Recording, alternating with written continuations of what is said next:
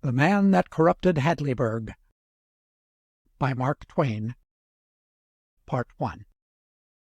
It was many years ago.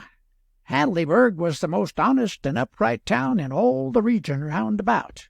It had kept that reputation unsmirched during 3 generations, and was prouder of it than of any other of its possessions. It was so proud of it, and so anxious to ensure its perpetuation, that it began to teach the principles of honest dealing to its babies in the cradle, and made the like teachings the staple of their culture thenceforward through all the years devoted to their education. Also, throughout the formative years, temptations were kept out of the way of the young people, so that their honesty could have every chance to harden and solidify and become a part of their very bone. The neighboring towns were jealous of this honorable supremacy, and affected to sneer at Hadleyburg's pride in it, and call it vanity. But all the same, they were obliged to acknowledge that Hadleyburg was in reality an incorruptible town, and if pressed, they would also acknowledge that the mere fact that a young man hailed from Hadleyburg was all the recommendation he needed when he went forth from his natal town to seek for responsible employment. But at last, in the drift of time, Hadleyburg had the ill luck to offend a passing stranger, possibly without knowing it, certainly without caring, for Hadleyburg was sufficient unto itself, and cared not a rap for strangers or their opinions. Still, it would have been well to make an exception in this one's case, for he was a bitter man and revengeful. All through his wanderings during a whole year he kept his injury in mind, and gave all his leisure moments to trying to invent a compensating satisfaction for it. He contrived many plans, and all of them were good, but none of them was quite sweeping enough. The poorest of them would hurt a great many individuals, but what he wanted was a plan which would comprehend the entire town, and not let so much as one person escape unhurt. At last he had a fortunate idea, and when it fell into his brain, it lit up his whole head with an evil joy. He began to form a plan at once, saying to himself, "That is the thing to do. I will corrupt the town." 6 months later he went to Hadleyburg, and arrived in a buggy at the house of the old cashier of the bank about 10 at night. He got a sack out of the buggy, shouldered it, and staggered with it through the cottage yard, and knocked at the door. A woman's voice said, "Come in," and he entered and set his sack behind the stove in the parlor, saying politely to the old lady who sat reading the Missionary Herald by the lamp, "Pray keep your seat, madam. I will not disturb you. There, now it is pretty well concealed. One would hardly know it was there. Can I see your husband a moment, madam?" "No, he was gone to Brixton, and might not return before morning." "Very well, madam, it is no matter. I merely wanted to leave that sack in his care to be delivered to the rightful owner when he shall be found. I am a stranger. He does not know me. I am merely passing through the town to-night to discharge a matter which has been long in my mind. My errand is now completed, and I go pleased and a little proud, and you will never see me again. There is a paper attached to the sack which will explain everything. Good night, madam." The old lady was afraid of the mysterious big stranger, and was glad to see him go. But her curiosity was roused, and she went straight to the sack and brought away the paper. It began as follows: "To be published, or the right man sought out by private inquiry, either will answer. This sack contains gold coin weighing 160 pounds 4 ounces. Mercy on us, and the door not locked!" Mrs. Richards flew to it all in a tremble, and locked it, then pulled down the window shades, and stood frightened, worried, and wondering if there was anything else she could do toward making herself and the money more safe. She listened a while for burglars, then surrendered to curiosity and went back to the lamp and finished reading the paper. "I am a foreigner and am presently going back to my own country, to remain there permanently. I am grateful to America for what I have received at her hands during my long stay under her flag, and to one of her citizens, a citizen of Hadleyburg, I am especially grateful for a great kindness done me a year or two ago. 2 great kindnesses, in fact. I will explain. I was a gambler. I say I was a ruined gambler. I arrived in this village at night, hungry and without a penny. I asked for help in the dark. I was ashamed to beg in the night. I begged of the right man. He gave me $20. That is to say, he gave me life, as I considered it. He also gave me fortune, for out of that money I have made myself rich at the gaming table. And finally, a remark which he made to me has remained with me to this day, and has at last conquered me, and in conquering has saved the remnant of my morals. I shall gamble no more. Now I have no idea who that man was, but I want him found, and I want him to have this money, to give away, throw away, or keep, as he pleases. It is merely my way of testifying my gratitude to him. If I could stay, I would find him myself. But no matter, he will be found. This is an honest town, an incorruptible town, and I know I can trust it without fear. This man can be identified by the remark which he made to me. I feel persuaded that he will remember it. And now my plan is this. If you prefer to conduct the inquiry privately, do so. Tell the contents of this present writing to anyone who is likely to be the right man. If he shall answer, "I am the man, the remark I made was so-and-so," apply the test. To wit, open the sack, and in it you will find a sealed envelope containing that remark. If the remark mentioned by the candidate tallies with it, give him the money, and ask no further questions, for he is certainly the right man. But if you shall prefer a public inquiry, then publish this present writing in the local paper, with these instructions added, to wit, 30 days from now, let the candidate appear at the town hall at 8 in the evening, Friday, and hand his remark in a sealed envelope to the Reverend Mr. Burgess, if he will be kind enough to act. And let Mr. Burgess there and then destroy the seals of the sack, open it, and see if the remark is correct. If correct, let the money be delivered, with my sincere gratitude to my benefactor thus identified. Mrs. Richards sat down, gently quivering with excitement, and was soon lost in thinkings after this pattern. What a strange thing it is, and what a fortune for that kind man who set his bread afloat upon the waters. If it had only been my husband that did it. For we are so poor, so old and poor. Then with a sigh, but it was not my Edward. No, it was not he that gave a stranger $20. It is a pity, too. I see it now. Then with a shudder, but it is gambler's money, the wages of sin. We couldn't take it. We couldn't touch it. I don't like to be near it. It seems a defilement. She moved to a farther chair. I wish Edward would come and take it to the bank. A burglar might come at any moment. It is dreadful to be here all alone with it. At 11 Mr. Richards arrived, and while his wife was saying, I am so glad you've come, he was saying, I'm so tired clear out. It is dreadful to be poor and have to make these dismal journeys at my time of life. Always at the grind, on a salary, another man's slave, and he sitting home in his slippers, rich and comfortable. I am so sorry for you, Edward, you know that. But be comforted. We have our livelihood. We have our good name.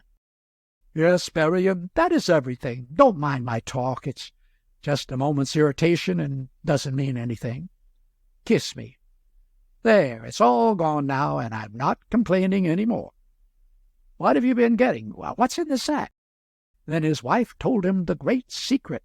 It dazed him for a moment. Then he said, "It weighs 160 pounds. Why, Mary, it's $40,000. Think of it. A whole fortune. Not 10 men in this village are worth that much. Give me the paper." He skimmed through it and said, "Isn't it an adventure? Why, it's a romance. It's like the impossible things one reads about in books and never sees in life."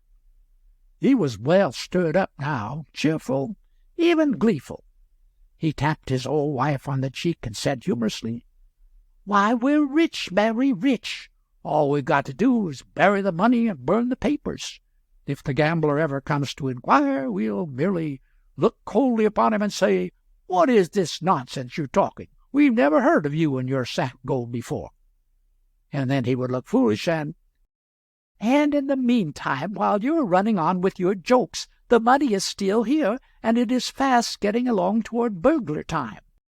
"True. Very well. What shall we do? Make the inquiry private?"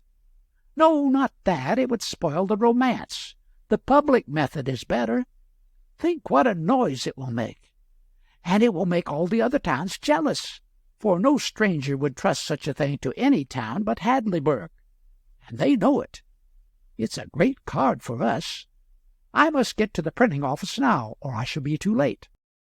"But stop, don't leave me here alone with it, Edward." But he was gone. For only a little while, however. Not far from his own house he met the editor, proprietor of the paper, and gave him the document and said, "Here's a good thing for you, Cox. Put it in." "It may be too late, Mr. Richards, but I'll see." At home again, he and his wife sat down to talk the charming mystery over. They were in no condition for sleep. The first question was, who could the citizen have been who gave the stranger the $20? It seemed a simple one. Both answered it in the same breath. "Barclay Goodson." "Yes," said Richards, "he could have done it, and would have been like him. But there's not another in the town." "Everybody will grant that, Edward. Grant it privately, anyway. For 6 months now the village has been its own proper self once more, honest, narrow, self-righteous, and stingy. It is what he always called it to the day of his death. Said it right out publicly, too." "Yes, and he was hated for it." "Oh, of course, but he didn't care. I reckon he was the best hated man among us, except the Reverend Burgess." "Well, Burgess deserves it. He will never get another congregation here. Mean as the town is, it knows how to estimate him. Edward, doesn't it seem odd that the stranger should appoint Burgess to deliver the money?" "Well, yes, it does. That is... "Why so much that ising? Would you select him?" "Mary, maybe the stranger knows him better than this village does." "Much that would help Burgess." The husband seemed perplexed for an answer. The wife kept a steady eye upon him and waited. Finally Richard said, with the hesitancy of one who is making a statement which is likely to encounter doubt, "Mary, Burgess is not a bad man." His wife was certainly surprised. "Nonsense!" she exclaimed. "He is not a bad man, I know. The whole of his unpopularity had its foundation in that one thing, the thing that made so much noise." "That one thing, indeed, as if that one thing wasn't enough all by itself." "Plenty. Only he wasn't guilty of it." "How you talk! Not guilty of it? Everybody knows he was guilty." "Mary, I give you my word, he was innocent." "I can't believe it, and I don't. How do you know?" "It's a confession. I'm ashamed, but I will make it. I was the only man who knew he was innocent. I could have saved him, Well, you know how the town was wrought up. I hadn't the pluck to do it. It would have turned everybody against me. I felt mean, ever so mean, but I didn't dare. I hadn't the manliness to face that. Mary looked troubled, and for a while was silent. Then she said stammeringly, I don't think it would have done for you to... One mustn't... public opinion. One has to be so careful, so... It was a difficult road, and she got mired, but after a little she got started again. It was a great pity, but... Why, we couldn't afford it, Edward. We couldn't indeed. Oh, I wouldn't have had you do it for anything. It would have lost us the goodwill of so many people, Mary, and then... What troubles me now is what he thinks of us, Edward. He doesn't suspect that I could have saved him. Oh, exclaimed the wife in a tone of relief. I'm glad of that. As long as he doesn't know that you could have saved him, well, that makes it a great deal better. Why, I might have known he didn't know, because he is always trying to be friendly with us, as little encouragement as we give him. More than once people have twitted me with it. There's the Wilsons and the Wilcoxes and the Harknesses. They take a mean pleasure in saying, your friend Burgess, because they know it pesters me. I wish he wouldn't persist in liking us so. I can't think why he keeps it up. I can explain it. It's another confession. When the thing was new and hot and the town made a plan to ride him on a rail, my conscience hurt me so that I couldn't stand it. And I went privately and gave him notice, and he got out of town and stayed out till it was safe to come back. Edward, if the town had found it out... Don't. It scares me yet to think of it. I repented of it the minute it was done, and I was even afraid to tell you, lest your face might betray it to somebody. I didn't sleep any that night for worrying. But after a few days I saw that no one was going to suspect me, and after that I got to feeling glad I did it. And I feel glad yet, Mary, glad through and through. So do I, now, for it would have been a dreadful way to treat him. Yes, I'm glad, for really you did owe him that, you know. But, Edward, suppose it should come out yet, some day. It won't. Why? Because everybody thinks it was Goodson. Of course they would. Certainly, and of course he didn't care. They persuaded poor old Salisbury to go and charge it on him, and he went blustering over there and did it. Goodson looked him over like as if he was hunting for a place on him that he could despise the most, and then he says, "So you are the committee of inquiry, are you?" Salisbury said that was about what he was. Do they require particulars, or do you reckon a kind of general answer will do?" If they require particulars, I will come back, Mr. Goodson. I will take the general answer first." "Very well. Then tell them to go to hell. I reckon that's general enough. And I'll give you some advice, Salisbury. When you come back for the particulars, fetch a basket to carry what is left of yourself home in." "Just like Goodson. It's got all the marks. He had only one vanity. He thought he could give advice better than any other person." "It settled the business and saved us, Mary. The subject was dropped." "Bless you, I'm not doubting that." Then they took up the gold sack mystery again with strong interest. Soon the conversation began to suffer breaks, interruptions caused by absorbed thinkings. Their breaks grew more and more frequent. At last Richards lost himself wholly in thought. He sat long, gazing vacantly at the floor, and by he began to punctuate his thoughts with little nervous movements of his hands that seemed to indicate vexation. Meantime his wife, too, had relapsed into a thoughtful silence, and her movements were beginning to show a troubled discomfort. Finally Richards got up and strode aimlessly about the room, plowing his hands through his hair, much as a somnambulist might do who was having a bad dream. Then he seemed to arrive at a definite purpose, and without a word he put on his hat and passed quickly out of the house.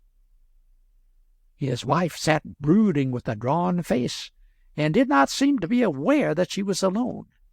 Now and then she murmured, "Lead us not into but we are so poor, so poor. Lead us not into who would be hurt by it? And no one would ever know. Lead us." The voice died out in mumblings. After a little she glanced up and muttered in a half-frightened, half-glad way, "He is gone. But, oh dear, he may be too late, too late. Maybe not. Maybe there's still time." She rose and stood thinking, nervously clasping and unclasping her hands. A slight shudder shook her frame, and she said out of a dry throat, "God forgive me. It's awful to think such things, but Lord, how we are made! How strangely we are made!" She turned the light low and slipped stealthily over and knelt down by the sack, and felt of its ridgy sides with her hands, and fondled them lovingly, and there was a gloating light in her poor old eyes. She fell into fits of absence, and came half out of them at times to mutter, "If we had only waited, oh, if we had only waited a little, and not been in such a hurry." Meantime Cox had gone home from his office and told his wife all about the strange thing that had happened, and they had talked it over eagerly, and guessed that the late Goodson was the only man in the town who could have helped the suffering stranger with so noble a sum as $20. Then there was a pause, and the two became thoughtful and silent, and by, nervous and fidgety. At last the wife said, as if to herself, "Nobody knows this secret but the Richardses and us. Nobody." The husband came out of his thinkings with a slight start, and gazed wistfully at his wife, whose face was become very pale. Then he hesitatingly rose and glanced furtively at his hat, then at his wife, a sort of mute inquiry. Mrs. Cox swallowed once or twice, with her hand at her throat. Then, in place of speech, she nodded her head. In a moment she was alone and mumbling to herself. And now Richards and Cox were hurrying through the deserted streets from opposite directions. They met panting at the foot of the printing office stairs. By the night light there they read each other's face. Cox whispered, "Nobody knows about this but us." The whispered answer was, "Not a soul, on honor, not a soul.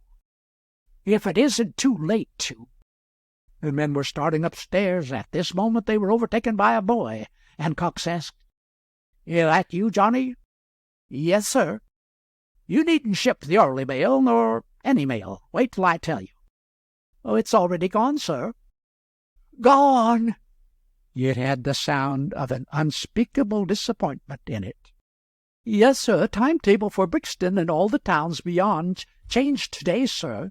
Had to get the papers in 20 minutes earlier than common. I had to rush. If I had been 2 minutes later—" The men turned and walked slowly away, not waiting to hear the rest. Neither of them spoke during 10 minutes. Then Cox said in a vexed tone, "What possessed you to be in such a hurry? I can't make out." The answer was humble enough. "I see it now, but somehow I never thought, until it was too late. But the next time—" "Next time be hanged. It won't come in 1,000 years." Then the friends separated without a good night, and dragged themselves home with the gait of mortally stricken men. At their homes the wives sprang up with an eager "Well?" then saw the answer with their eyes, and sank down sorrowing without waiting for it to come in words. In both houses a discussion followed of a heated sort, a new thing. There had been discussions before, but not heated ones, not ungentle ones. The discussions tonight were a sort of seeming plagiarisms of each other. Mrs. Richards said, If you had only waited, Edward, if you had only stopped to think. But no, you must run straight to the printing office and spread it all over the world."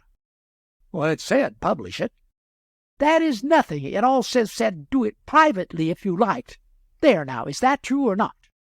"Why, yes, it is true, but when I thought what a stir it would make, and what a compliment it was to Hadleyburg that a stranger should trust it so—" "Oh, certainly, I know all that. But if you had only stopped to think, you would have seen that you couldn't find the right man, because he's in his grave and hasn't left chick nor child nor relation behind him.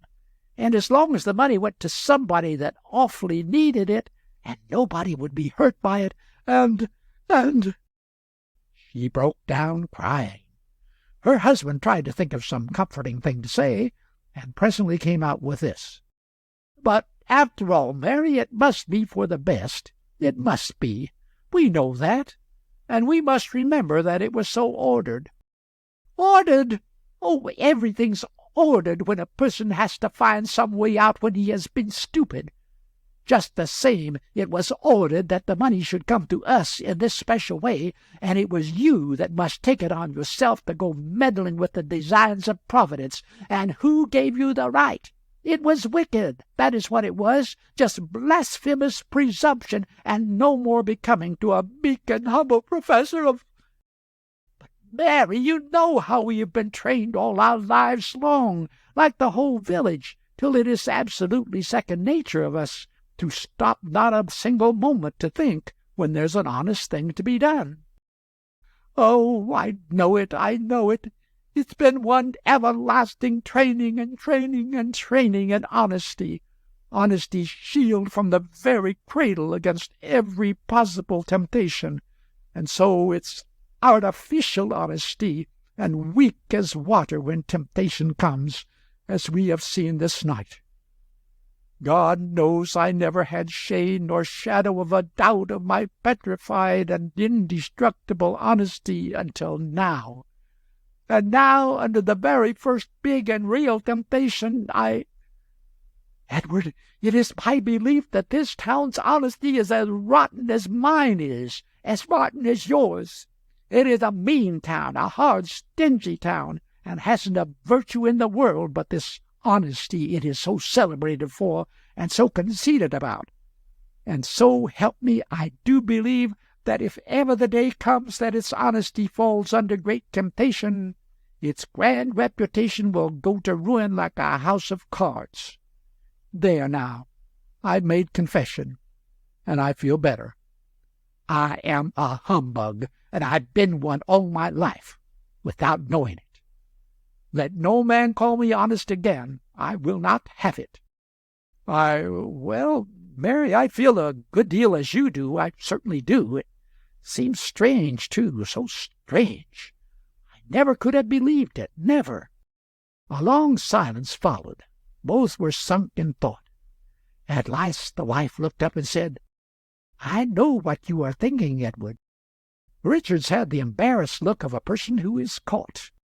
"I'm ashamed to confess it, Mary, but—" "It is no matter, Edward. I was thinking the same question myself." "I hope so. State it." "You were thinking if a body could only guess out what the remark was that Goodson made to the stranger." "It's perfectly true. I feel guilty and ashamed. And you?" "I'm past it. Let us make a pallet here. We've got to stand watch till the bank vault opens in the morning and admits the sack. Oh, dear, if we hadn't made the mistake." The pallet was made, and Mary said, "The open sesame, what could it have been? I do wonder what that remark could have been. But come, we will get to bed now." "And sleep?" "No, think." "Yes, think." By this time the Coxes, too, had completed their spat and their reconciliation, and were turning in, to think, and toss and fret, and worry over what the remark could possibly have been which Goodson made to the stranded derelict. That golden remark, that remark worth $40,000 cash. The reason that the village telegraph office was open later than usual that night was this. The foreman of Cox's paper was the local representative of the Associated Press. One might say its honorary representative, for it wasn't 4 times a year that he could furnish 30 words that would be accepted. But this time it was different. His dispatch stating what he had caught got an instant answer. "Send the whole thing, all the details, 1,200 words." A colossal order. The foreman filled the bill, and he was the proudest man in the state. By breakfast time the next morning the name of Hadleyburg the Incorruptible was on every lip in America, from Montreal to the Gulf, from the glaciers of Alaska to the orange groves of Florida. And millions of people were discussing the stranger and his money sack, and wondering if the right man would be found, and hoping some more news about the matter would come soon, right away. Part 2. Hadleyburg village woke up world-celebrated, astonished, happy, vain beyond imagination. Its 19 principal citizens and their wives went about shaking hands with each other and beaming and smiling and congratulating and saying, "This thing adds a new word to the dictionary. Hadleyburg, synonym for incorruptible, destined to live in dictionaries forever." And the minor and unimportant citizens and their wives went around acting in much the same way. Everybody ran to the bank to see the gold sack, and before noon grieved and envious crowds began to flock in from Brixton and all neighboring towns. And that afternoon and next day reporters began to arrive from everywhere to verify the sack and its history, and write the whole thing up anew, and make dashing freehand pictures of the sack, and of Richards's house, and the bank, and the Presbyterian church, and the Baptist church, and the public square, and the town hall where the test would be applied, and the money delivered, and damnable portraits of the Richardses, and Pinkerton the banker, and Cox, and the foreman, and Reverend Burgess, and the postmaster, and even of Jack Halliday, who was the loafing, good-natured, no-account, irreverent fisherman, hunter, boy's friend, stray dog's friend, typical Sam Lawson of the town. The little mean, smirking, oily Pinkerton showed the sack to all comers, and rubbed his sleek palms together pleasantly, and enlarged upon the town's fine old reputation for honesty, and upon this wonderful endorsement of it, and hoped and believed that the example would now spread far and wide over the American world, and be epoch-making in the matter of moral regeneration, and so on and so on. By the end of a week things had quieted down again. The wild intoxication of pride and joy had sobered to a soft, sweet, silent delight, a sort of deep, nameless, unutterable content. All faces bore a look of peaceful, holy happiness. Then the change came. It was a gradual change, so gradual that its beginnings were hardly noticed, maybe were not noticed at all, except by Jack Halliday, who always noticed everything, and always made fun of it, too, no matter what it was. He began to throw out chaffing remarks about people not looking quite so happy as they did a day or two ago.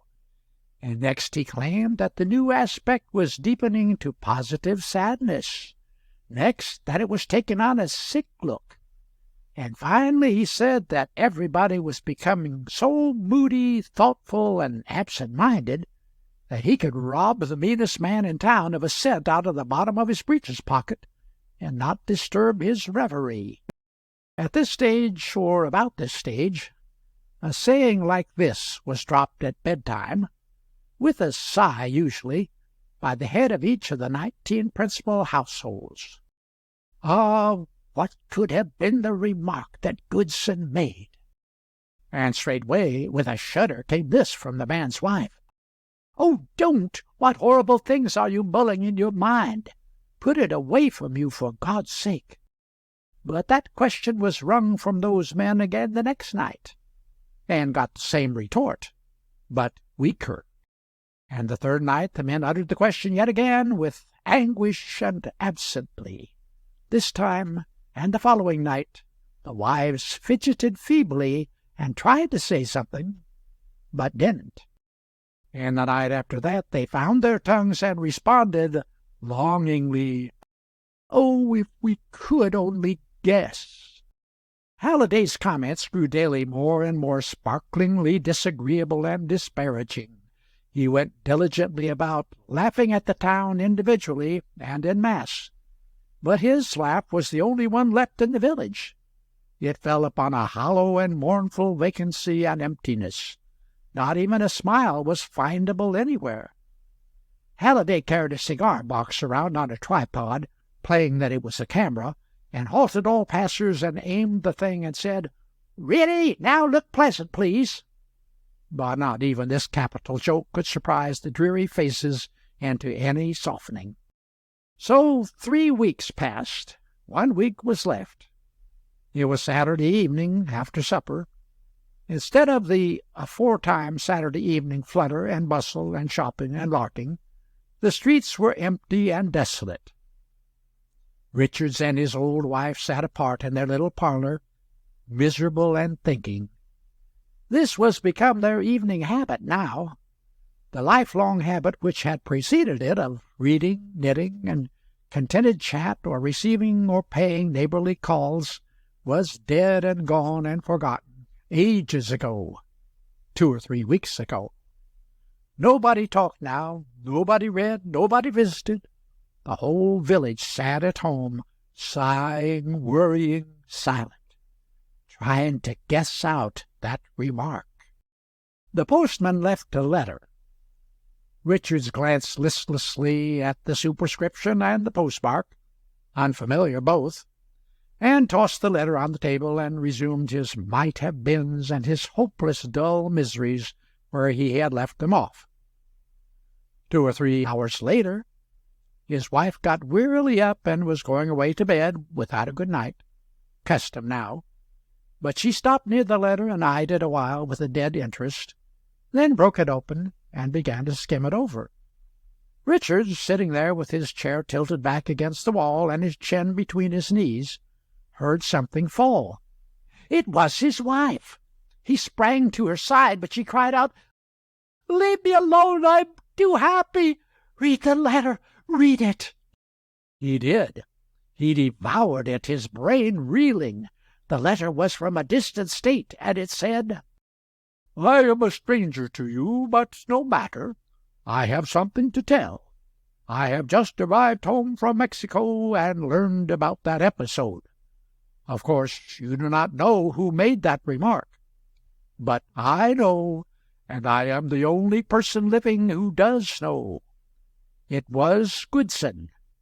I knew him well many years ago. I passed through your village that very night, and was his guest till the midnight train came along. I overheard him make that remark to the stranger in the dark. It was in Hale Alley. He and I talked of it the rest of the way home, and while smoking in his house. He mentioned many of your villagers in the course of his talk, most of them in a very uncomplimentary way, but 2 or 3 favorably. Among these latter, yourself. I say favorably, nothing stronger. I remember his saying he did not actually like any person in the town, not one, but that you, I think he said you, am almost sure, had done him a very great service once, possibly without knowing the full value of it, and he wished he had a fortune. He would leave it to you when he died, and a curse apiece for the rest of the citizens. Now then, if it was you that did him that service, you are his legitimate heir and entitled to the sack of gold. I know that I can trust to your honor and honesty, for in a citizen of Hadleyburg these virtues are an unfailing inheritance, and so I am going to reveal to you the remark, well satisfied that if you are not the right man, you will seek and find the right one, and see that poor Goodson's debt of gratitude for the service referred to is paid. This is the remark: You are far from being a bad man. Go and reform. Howard L. Stevenson. Oh, Edward, the money is ours, and I am so grateful, oh, so grateful. Kiss me, dear. It's forever since we kissed. And we needed it so, the money. And now you are free of Pinkerton and his bank, and nobody's slave any more. It seems to me I could fly for joy. It was a happy half-hour that the old couple spent there on the settee, caressing each other. It was the old days come again, days that had begun with their courtship, and lasted without a break till the stranger brought the deadly money.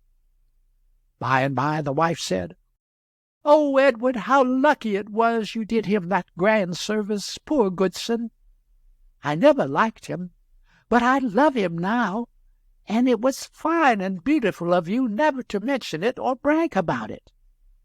Then, with a touch of reproach, "But you ought to have told me, Edward. You ought to have told your wife, you know." Well, Mary, you see—" "Now stop hemming and hawing and tell me about it, Edward. I always loved you, and now I'm proud of you. Everybody believes there was only one good, generous soul in this village, and now it turns out that you— Edward, why don't you tell me?" "Well, why, Mary, I can't." "You can't? Why can't you?" "You see, he made me promise I wouldn't." The wife looked him over and said very slowly, "Made you promise? Edward, what do you tell me that for?" "Mary, do you think I would lie?" She was troubled and silent for a moment. Then she laid her hand within his and said, "No, no. We have wandered far enough from our bearings. God spare us that. In all your life you have never uttered a lie, but now that the foundations of things seem to be crumbling from under us, we—" She lost her voice for a moment, and then said brokenly, "Lead us not into temptation." "I think you made the promise, Edward. Let it rest so. Let us keep away from that ground. Now, that is all gone by. Let us be happy again. It is no time for clouds." Edward found it something of an effort to comply, for his mind kept wandering, trying to remember what the service was that he had done Goodson. The couple lay awake the most of the night, Mary happy and busy, Edward busy but not so happy. Mary was planning what she would do with the money. Edward was trying to recall that service. At first his conscience was sore on account of the lie he had told Mary, if it was a lie. After much reflection, suppose it was a lie, what then? Was it such a great matter? Aren't we always acting lies? Then why not tell them? Look at Mary, look what she had done. While he was hurrying off on his honest errand, what was she doing? Lamenting because the papers hadn't been destroyed and the money kept. Is theft better than lying? That point lost its sting. The lie dropped into the background and left comfort behind it.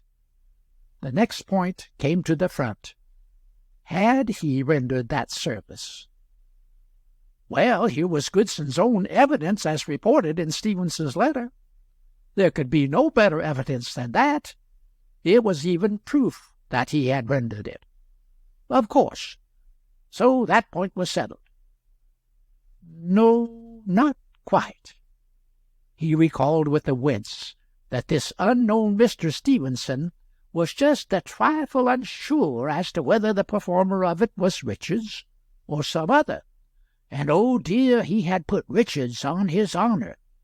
He must himself decide whither that money must go.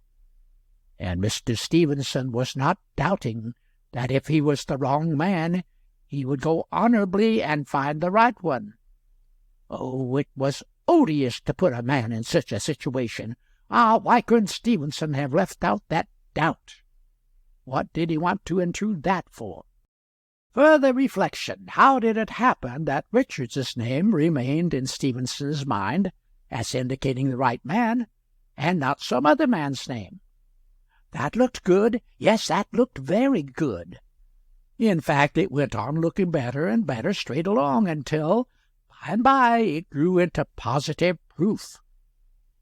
And then Richards put the matter at once out of his mind, for he had a private instinct that a proof once established is better left so.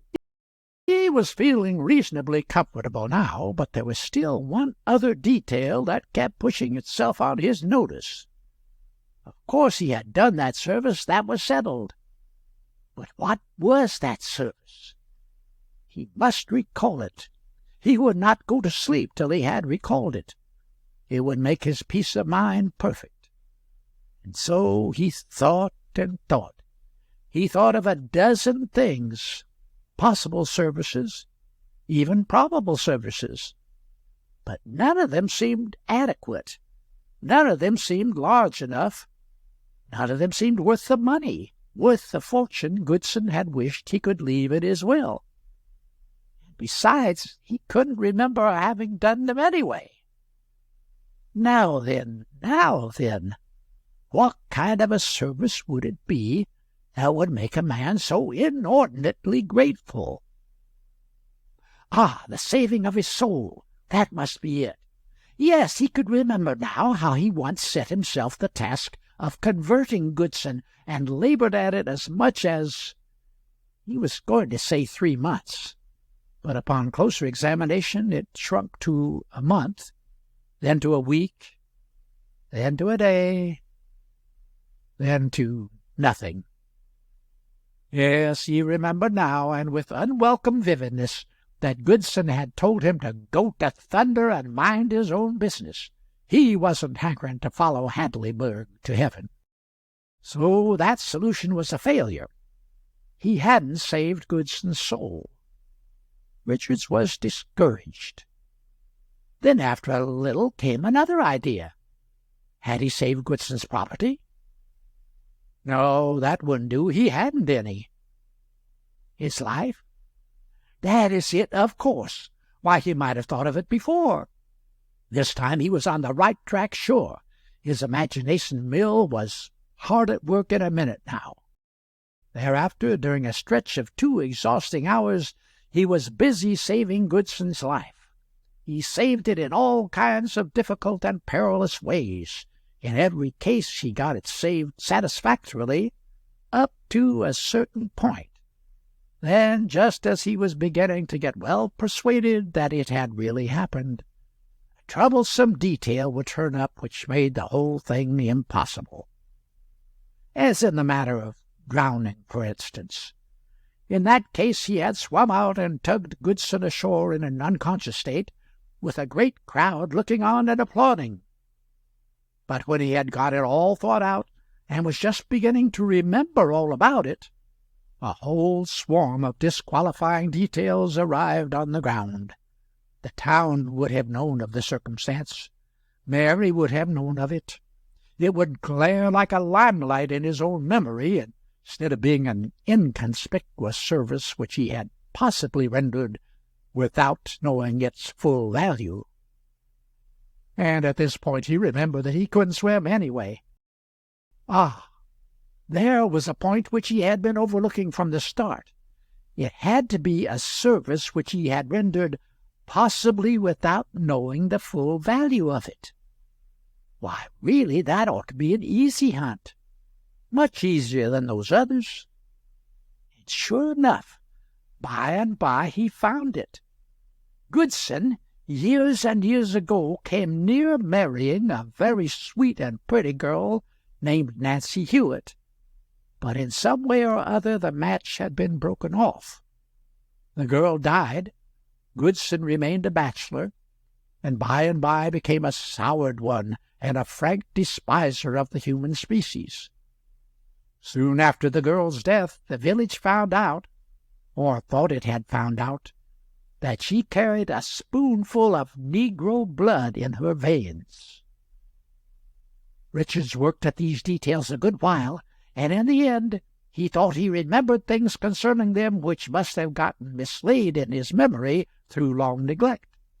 He seemed to dimly remember that it was he that found out about the Negro blood, that it was he that told the village, that the village told Goodson where they got it, that he thus saved Goodson from marrying the tainted girl, that he had done him this great service without knowing the full value of it, in fact, without knowing that he was doing it, but that Goodson knew the value of it, and what a narrow escape he had had, and so went to his grave grateful to his benefactor and wishing he had a fortune to leave him. It was all clear and simple now, and the more he went over it, the more luminous and certain it grew. And at last, when he nestled to sleep, satisfied and happy, he remembered the whole thing just as if it had been yesterday. In fact, he dimly remembered Goodson's telling him his gratitude once. Meantime, Mary had spent $6,000 on a new house for herself and a pair of slippers for her pastor, and then had fallen peacefully to rest.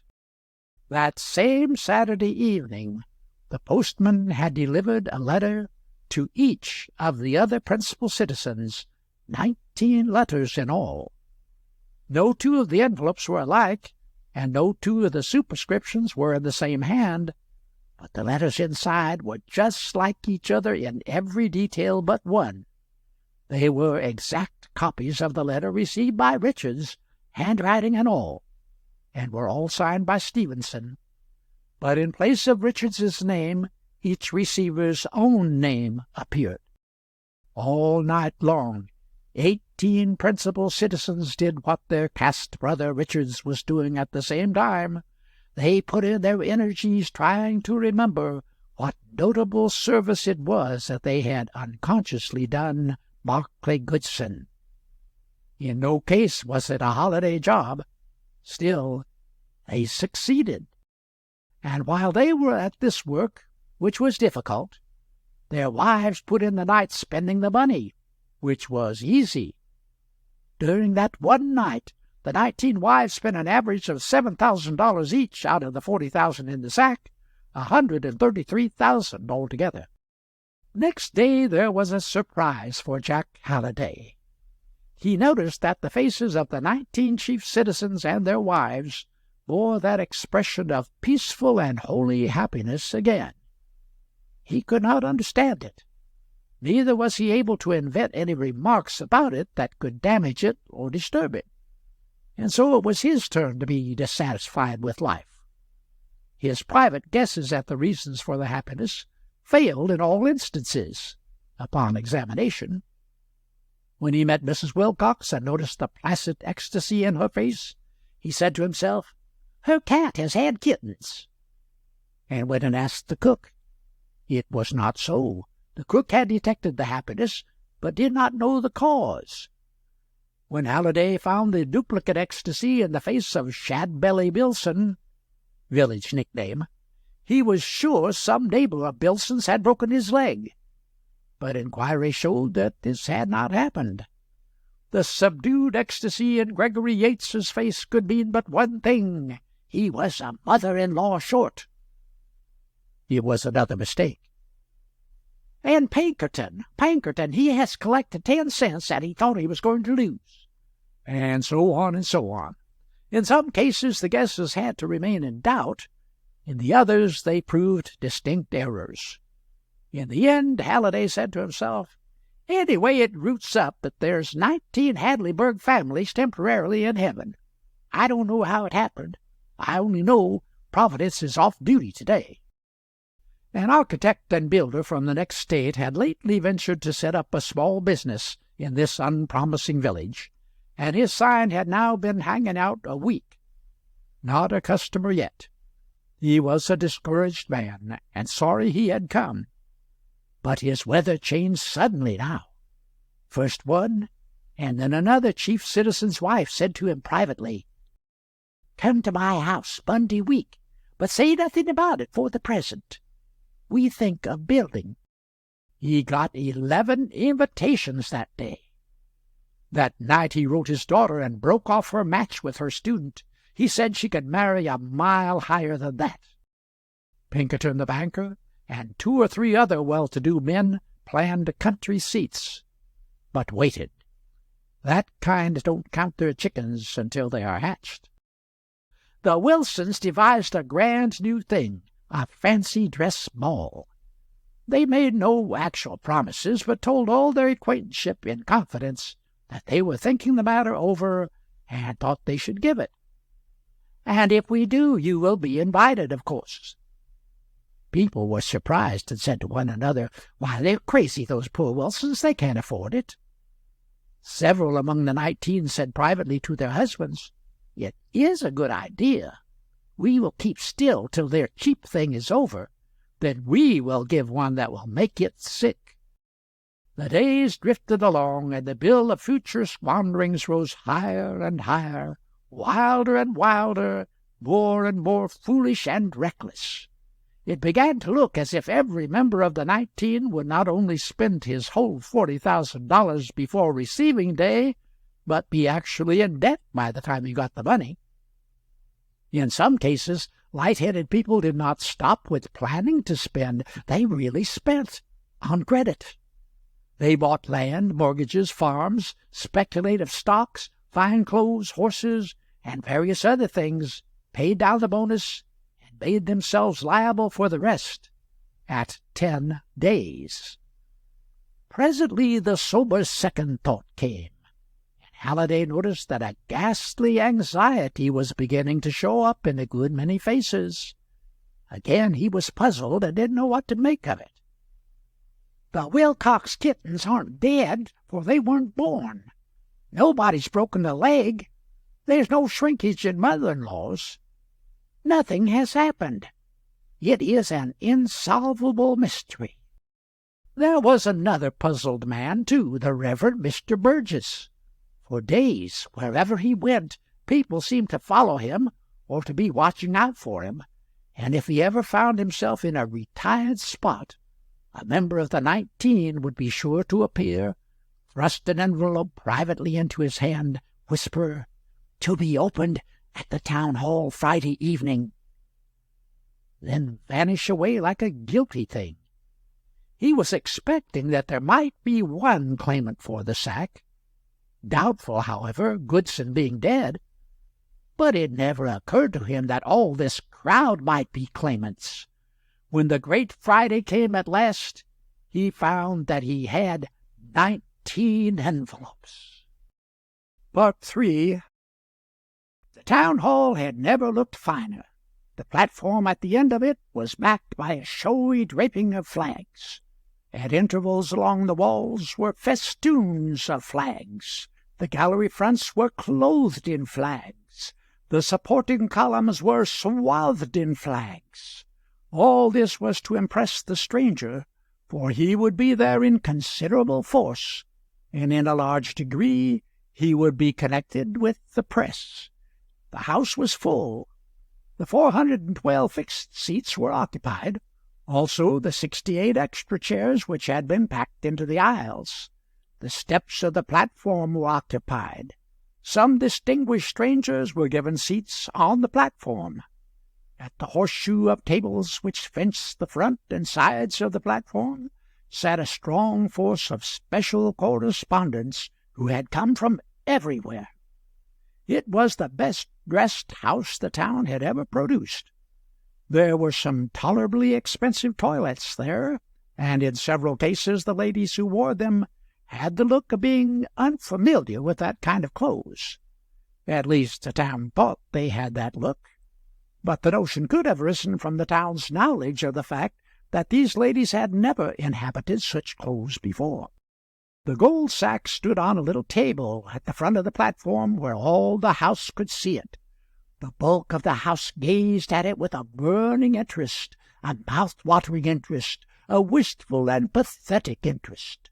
A minority of 19 couples gazed at it tenderly, lovingly, proprietarily, and the male half of this minority kept saying over to themselves the moving little impromptu speeches of thankfulness for the audience's applause and congratulations, which they were presently going to get up and deliver. Every now and then one of these got a piece of paper out of his vest pocket and privately glanced at it to refresh his memory. Of course there was a buzz of conversation going on. There always is. But at last, when the Reverend Mr. Burgess rose and laid his hand on the sack, he could hear his microbes gnaw. The place was so still. He related the curious history of the sack, then went on to speak in warm terms of Hadleyburg's old and well-earned reputation for spotless honesty, and of the town's just pride in this reputation. He said that this reputation was a treasure of priceless value, that under Providence its value had now become inestimably enhanced, for the recent episode had spread this fame far and wide, and thus had focused the eyes of the American world upon this village, and made its name for all time, as he hoped and believed, a synonym for commercial incorruptibility. Applause. And who is to be the guardian of this noble fame? The community as a whole? No, the responsibility is individual, not communal. From this day forth, each and every one of you is, in his own person, its special guardian, and individually responsible that no harm shall come to it. Does each of you accept this great trust? Tumultuous assent. Then all is well. Transmit it to your children and to your children's children. Today your purity is beyond reproach. See to it that it shall remain so. Today there is not a person in your community who could be beguiled to touch a penny not his own. See to it that you abide in this grace. We will, we will. This is not the place to make comparisons between ourselves and other communities, some of them ungracious toward us. They have their ways, we have ours. Let us be content. Applause. I am done. Under my hand, my friends, rests a stranger's eloquent recognition of what we are. Through him the world will always henceforth know what we are. We do not know who he is, but in your name I utter your gratitude and ask you to raise your voices in endorsement. The house rose in a body and made the walls quake with the thunders of its thankfulness for the space of a long minute. Then it sat down, and Mr. Burgess took an envelope out of his pocket. The house held its breath while he slit the envelope open and took from it a slip of paper. He read its contents, slowly and impressively, the audience listening with tranced attention to this magic document, each of whose words stood for an ingot of gold. The remark which I made to the distressed stranger was this: You are very far from being a bad man. Go and reform. Then he continued, We shall know in a moment now whether the remark here quoted corresponds with the one concealed in the sack, and if that shall prove to be so, and it undoubtedly will, this sack of gold belongs to a fellow citizen who will henceforth stand before the nation as the symbol of the special virtue which has made our town famous throughout the land, Mr. Billson.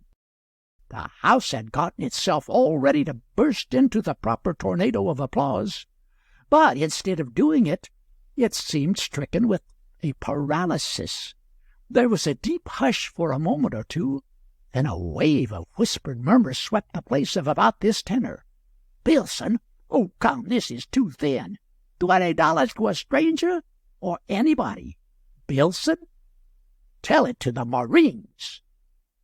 And now at this point the house caught its breath all of a sudden in a new access of astonishment, for it discovered that whereas in one part of the hall Deacon Billson was standing up with his head meekly bowed, in another part of it Lawyer Wilson, was doing the same.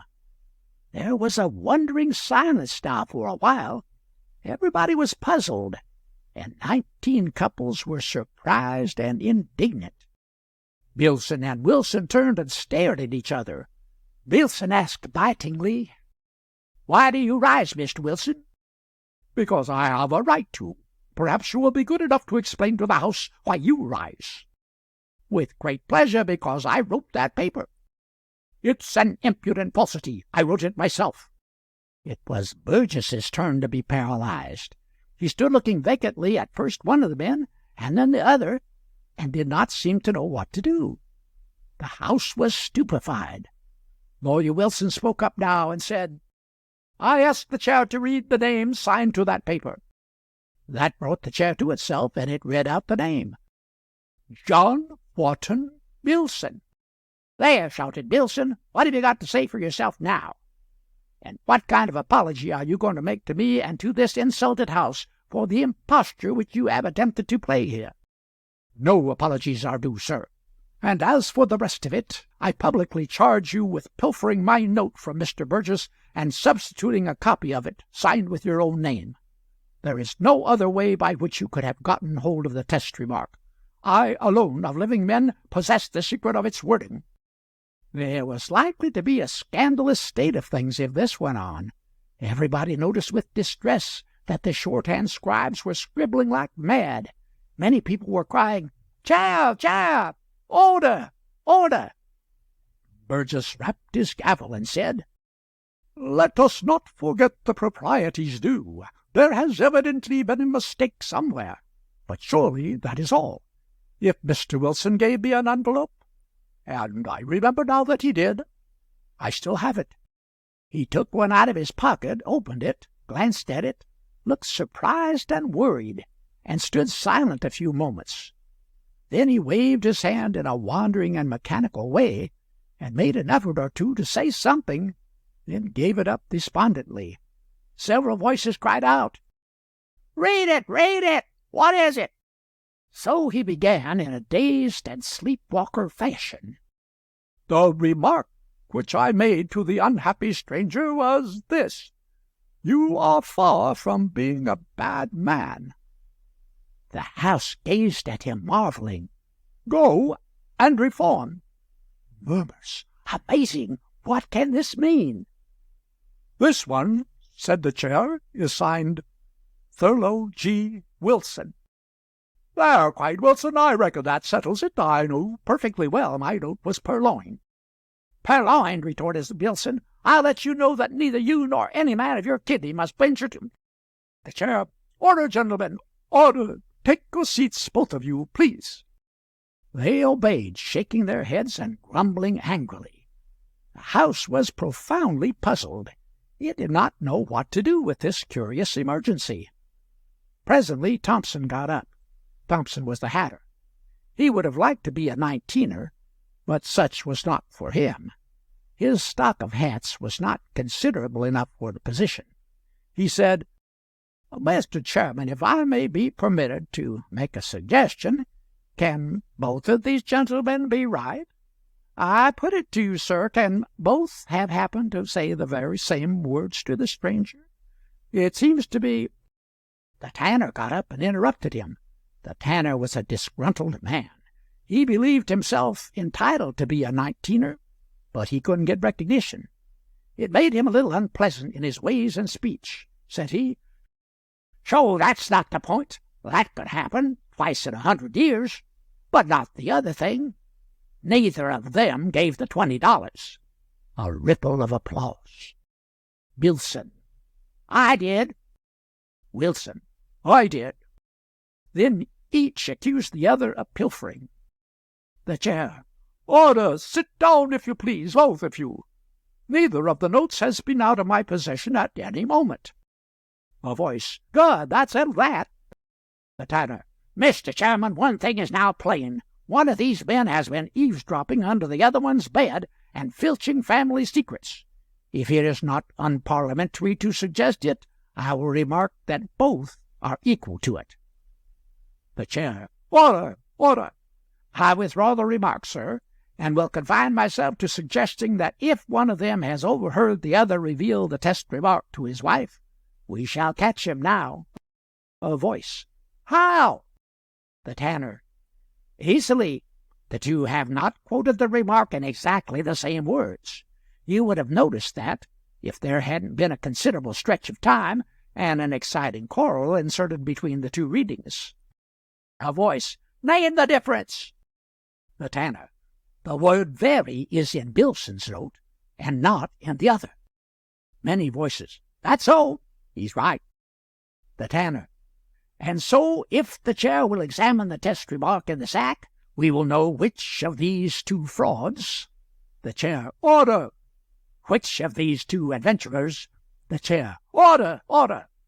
Which of these two gentlemen? Laughter and applause.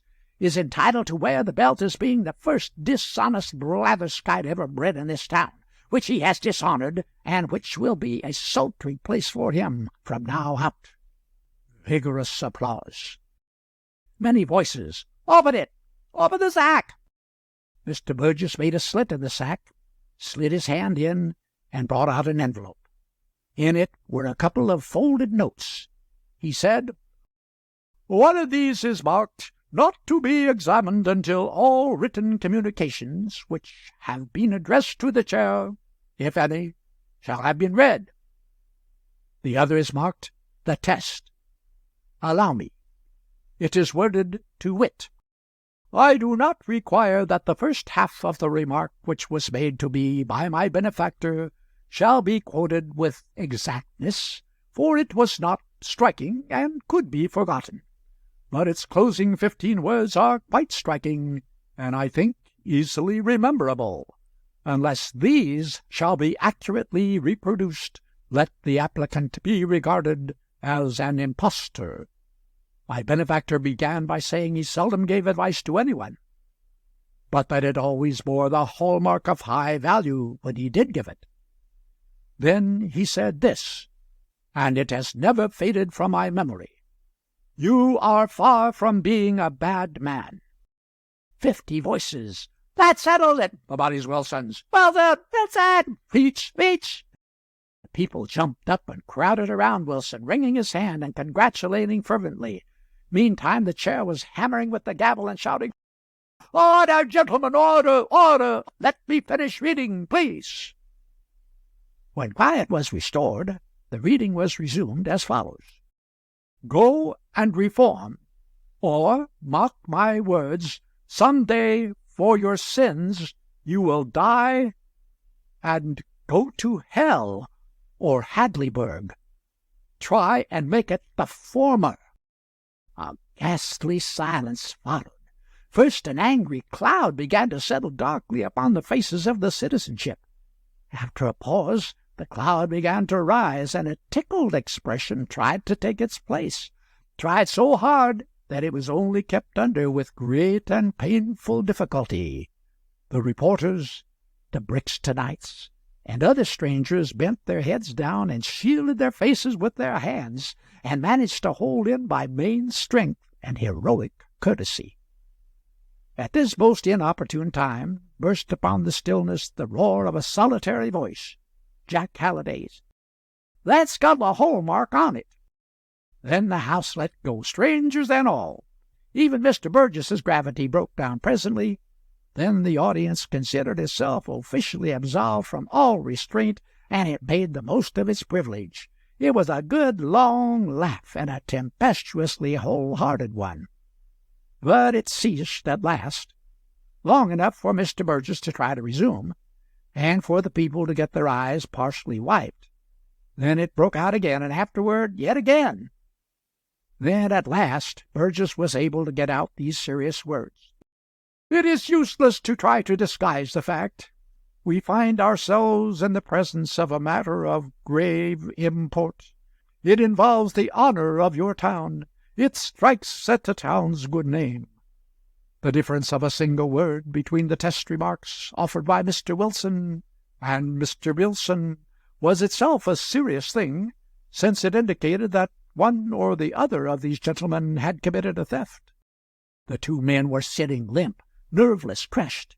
But at these words both were electrified into movement and started to get up. "Sit down," said the chair sharply, and they obeyed. That, as I have said, was a serious thing, and it was, but for only one of them. But the matter has become graver, for the honor of both is now in formidable peril. Shall I go even further and say in inextricable peril? Both left out the crucial 15 words. He paused. During several moments he allowed the pervading stillness to gather and deepen its impressive effects, then added, "There would seem to be but one way whereby this could happen. I ask these gentlemen, was there collusion, agreement?" A low murmur sifted through the house. Its import was, "He's got them both." Billson was not used to emergencies. He sat in a helpless collapse. But Wilson was a lawyer. He struggled to his feet, pale and worried, and said, "I ask the indulgence of the House while I explain this most painful matter. I am sorry to say what I am about to say, since it must inflict irreparable injury upon Mr. Billson, whom I have always esteemed and respected until now, and in whose invulnerability to temptation I entirely believed, as did you all. But for the preservation of my own honor I must speak, and with frankness. I confess with shame, I now beseech your pardon for it, that I said to the ruined stranger all of the words contained in the test remark, including the disparaging 15. Sensation! When the late publication was made, I recalled them, and I resolved to claim the sack of coin, for by every right I was entitled to it. Now I will ask you to consider this point and weigh it well. That stranger's gratitude to me that night knew no bounds. He said himself that he could find no words for it that were adequate, and that if he should ever be able, he would repay me 1,000-fold. Now then, I ask you this. Could I expect, could I believe, could I even remotely imagine that, feeling as he did, he would do so ungrateful a thing as to add those quite unnecessary 15 words to his test? Set a trap for me? Expose me as a slanderer of my own town before my own people assembled in a public hall? It was preposterous. It was impossible. His test would contain only the kindly opening clause of my remark. Of that I had no shadow of doubt. You would have thought as I did. You would not have expected a base betrayal from one whom you had befriended and against whom you had committed no offense. And so, with perfect confidence, perfect trust, I wrote on a piece of paper the opening words, ending with "Go and reform," and signed it. When I was about to put it in an envelope, I was called into my back office, and without thinking I left the paper lying open on my desk. He stopped, turned his head slowly toward Billson, waited a moment, and then added, "I ask you to note this. When I returned a little later, Mr. Billson was retiring by my street door." Sensation! In a moment Billson was on his feet and shouting, "It's a lie! It's an infamous lie!" "The chair! Be seated, sir! Mr. Wilson has the floor." Billson's friends pulled him into his seat and quieted him, and Wilson went on. "Those are the simple facts. My note was now lying in a different place on the table from where I had left it. I noticed that, but attached no importance to it, thinking a draught had blown it there. That Mr. Billson would read a private paper was a thing which could not occur to me. He was an honorable man, and he would be above that. If you will allow me to say it, I think his extra word, 'very,' stands explained. It is attributable to a defect of memory.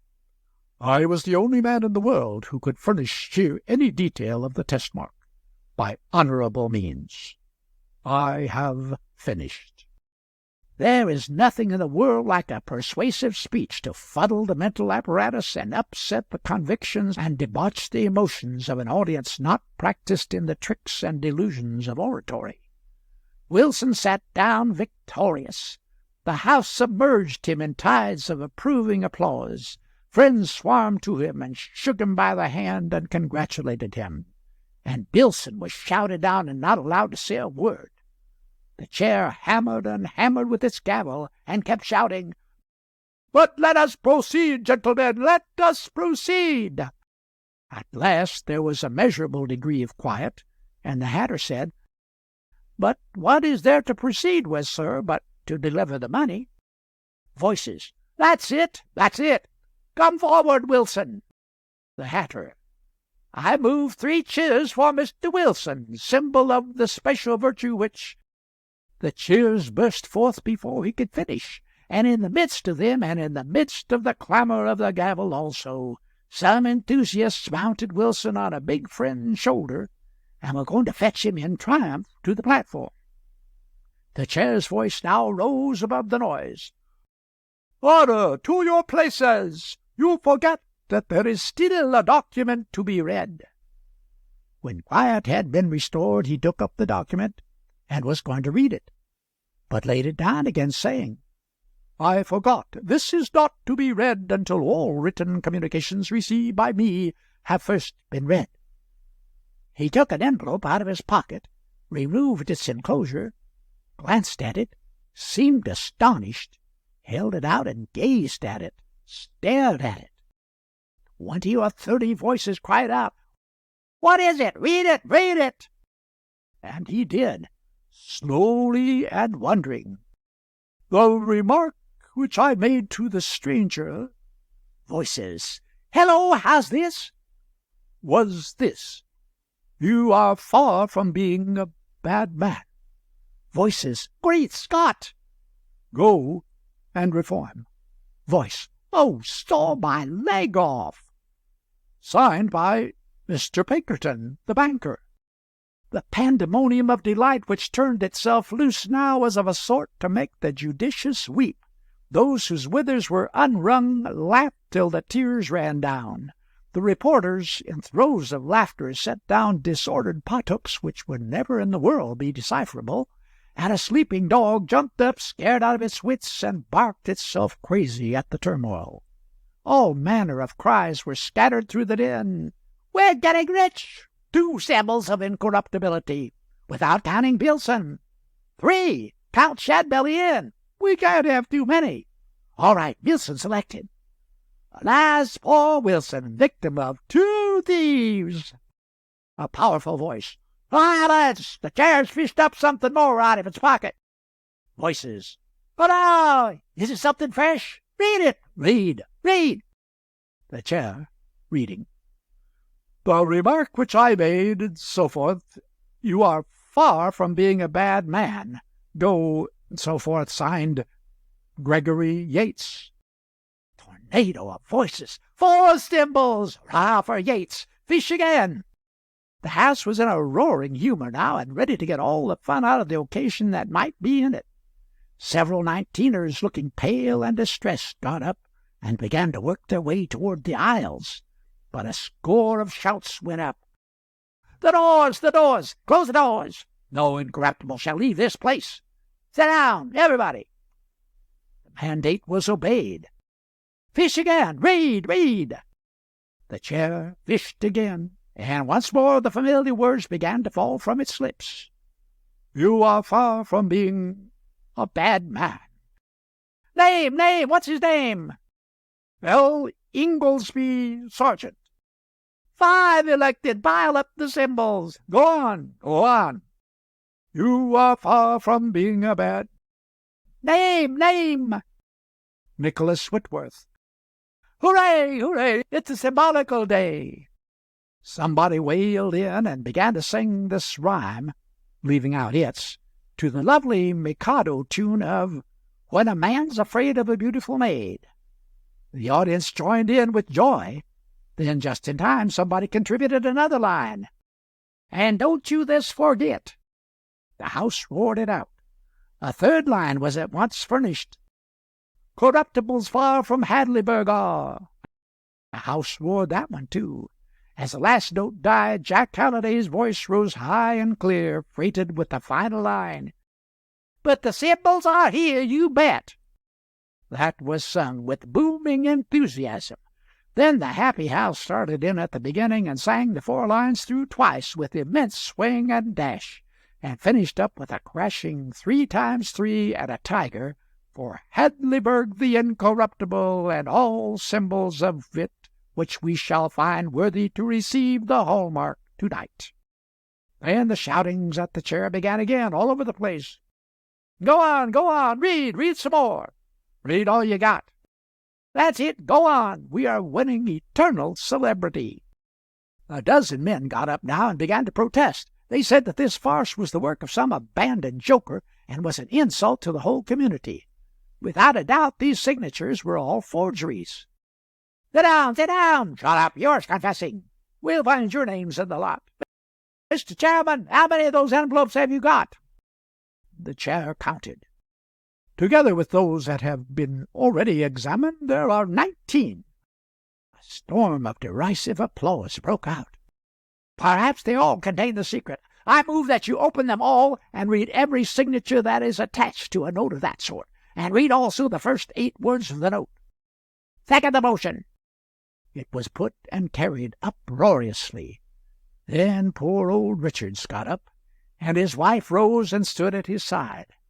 Her head was bent down so that none might see that she was crying. Her husband gave her his arm, and so, supporting her, he began to speak in a quavering voice. "My friends, you have known us two, Mary and me, all our lives, and I think you've liked us and respected us." The chair interrupted him. "Allow me, it is quite true. That's what you are saying, Mr. Richards. This town does know you two. It does like you. It does respect you. More, it honors you and loves you." Halliday's voice rang out. "That's the hallmark truth, too. If the chair is right, let the house speak up and say it. Rise. Now then, hip, hip, hip, all together."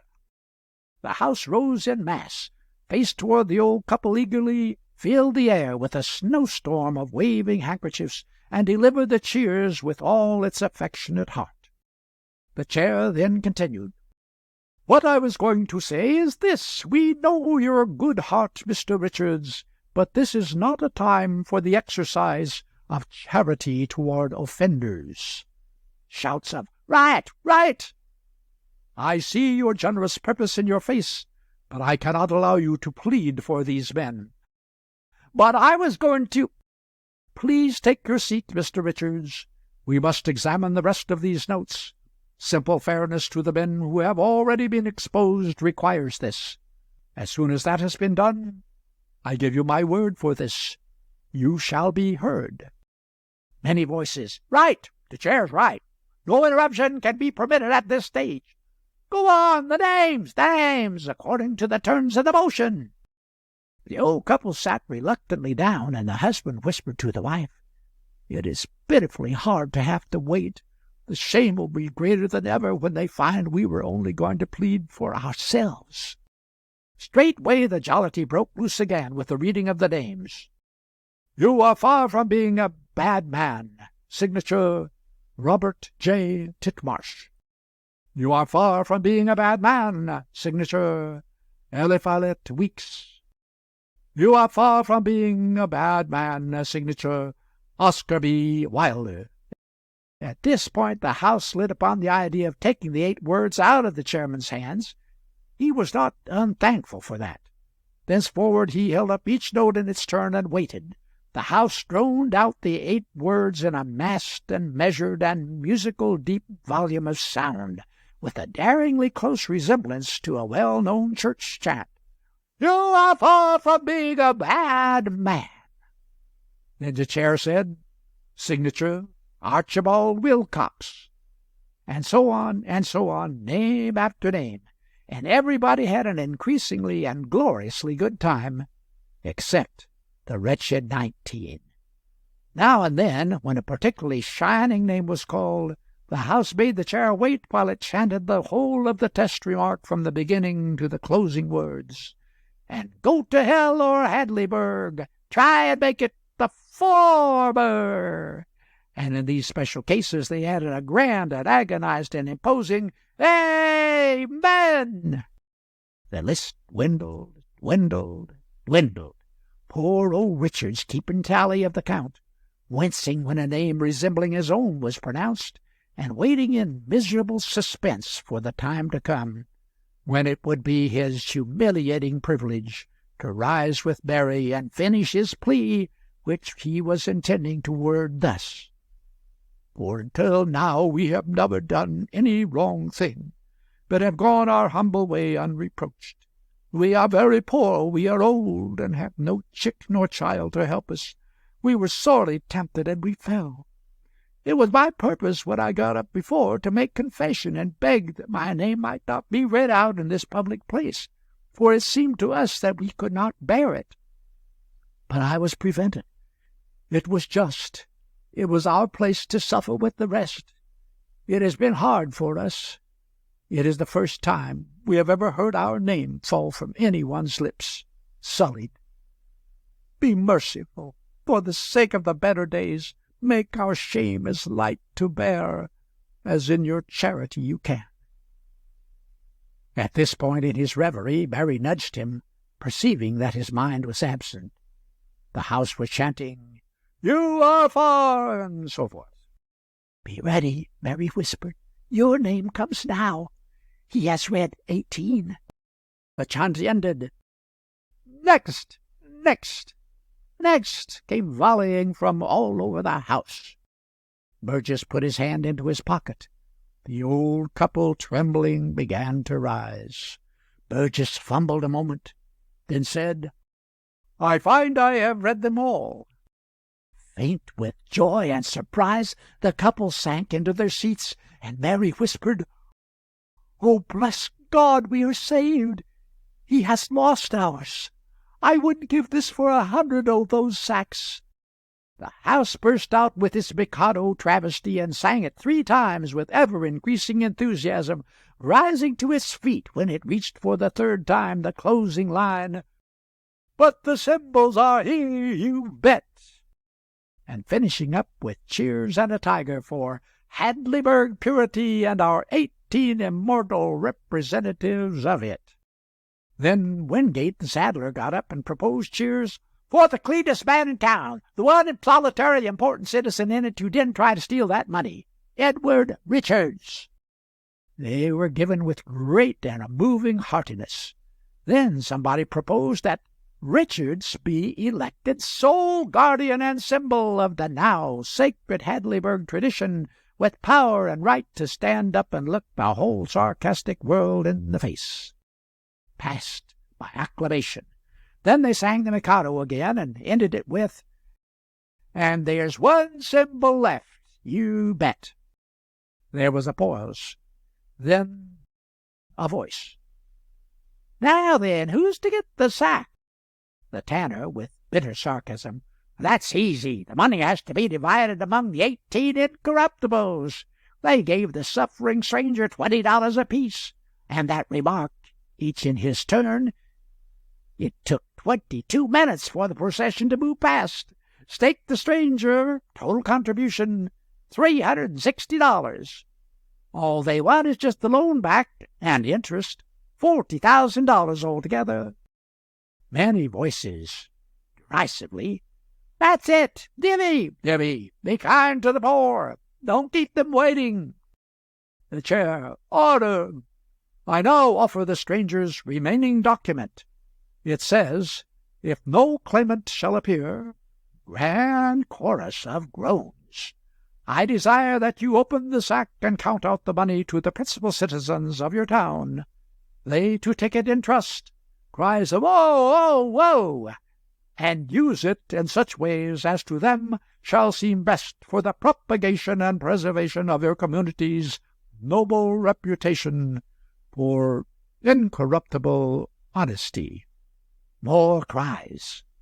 a reputation to which their names and their efforts will add a new and far-reaching luster." Enthusiastic outburst of sarcastic applause. "That seems to be all." "No, here is a postscript. P.S. Citizens of Hadleyburg. There is no test remark. Nobody made one. Great sensation. There wasn't any pauper stranger, nor any $20 contribution, nor any accompanying benediction and compliment. These are all inventions." General buzz and hum of astonishment and delight. "Allow me to tell my story. It will take but a word or two. I passed through your town at a certain time and received a deep offence which I had not earned. Any other man would have been content to kill one or two of you and call it square. But to me that would have been a trivial revenge and inadequate, for the dead do not suffer. Besides, I could not kill you all, and anyway, made as I am, even that would not have satisfied me. I wanted to damage every man in the place, and every woman, and not in their bodies or in their estate, but in their vanity, the place where feeble and foolish people are most vulnerable. So I disguised myself and came back and studied you. You were easy game. You had an old and lofty reputation for honesty, and naturally you were proud of it. It was your treasure of treasures, the very apple of your eye. As soon as I found out that you carefully and vigilantly kept yourselves and your children out of temptation, I knew how to proceed. Why, you simple creatures, the weakest of all weak things is a virtue which has not been tested in the fire. I laid a plan and gathered a list of names. My project was to corrupt Hadleyburg, the incorruptible. My idea was to make liars and thieves of nearly 100 smirchless men and women who had never in their lives uttered a lie or stolen a penny. I was afraid of Goodson. He was neither born nor reared in Hadleyburg. I was afraid that if I started to operate my scheme by getting my letter laid before you, you would say to yourselves, "Goodson is the only man among us who would give away $20 to a poor devil," and then you might not bite at my bait. But heaven took Goodson. Then I knew I was safe, and set my trap and baited it. It may be that I shall not catch all the men to whom I mailed the pretended test secret, but I shall catch the most of them if I know Hadleyburg nature. Voices. Right. He got every last one of them. I believe they will even steal ostensible gamble money rather than miss. Poor, tempted, and mistrained fellows. I am hoping to eternally and everlastingly squelch your vanity and give Hadleyburg a new renown, one that will stick and spread far. If I have succeeded, open the sack and summon the Committee on Propagation and Preservation of the Hadleyburg Reputation. A cyclone of voices. Open it! Open it! The 18 to the front. Committee on Propagation of the Tradition. Forward! The Incorruptibles! The chair ripped the sack wide and gathered up a handful of bright, broad yellow coins, shook them together, then examined them. Friends, they are only gilded discs of lead. There was a crashing outbreak of delight over this news, and when the noise had subsided, the tanner called out, "By right of apparent seniority in this business, Mr. Wilson is chairman of the Committee on Propagation of the Tradition. I suggest that he step forward on behalf of his pals and receive and trust the money."